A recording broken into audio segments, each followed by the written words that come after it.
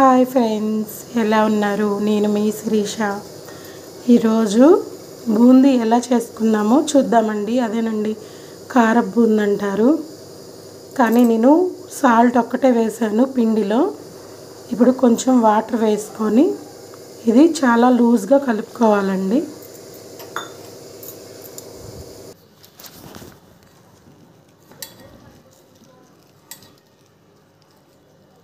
కొంచెం కొంచెం వాటర్ వేసుకొని కలుపుకుందామండి.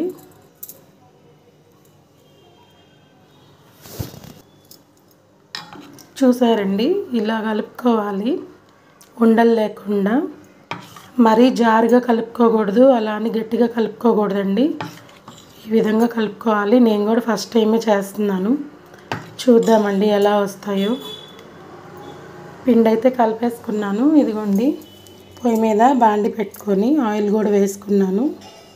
ఆయిల్ హీట్ చేసుకుందామండి. ఆయిల్ హీట్ అయిందో లేదో చూద్దామండి. చూసారా, హీట్ అయిందండి ఆయిల్.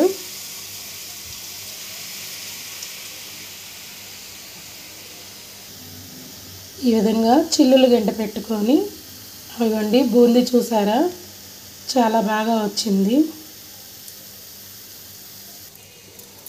ఇంకా సన్నగా కావాలన్నా చేసుకోవచ్చండి, కానీ నేను ఈ సైజులో చేసుకుందామనేసి ఈ సైజులో చేసుకున్నాను. చూసారు కదా, బూందీ రెడీ అయిపోయిందండి.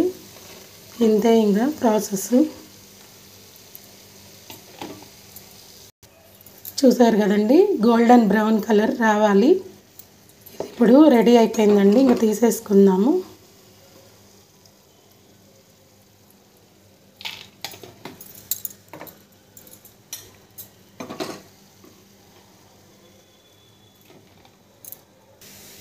మళ్ళీ నేను సెకండ్ రౌండ్ కూడా వేసానండి. మీలో ఎంతమంది ఇలా బూందీ తయారు చేసుకుంటారో కామెంట్స్ రూపంలో తెలియజేయండి. Thank you for watching. Bye friends. దీంతో నేను ఈరోజు కర్రీ చేసి చూపిస్తానండి, బూందీ కర్రీ. అందుకోసమే నేను హోమ్ మేడ్ తయారు చేసుకుంటున్నాను. Thank you for watching. Bye friends.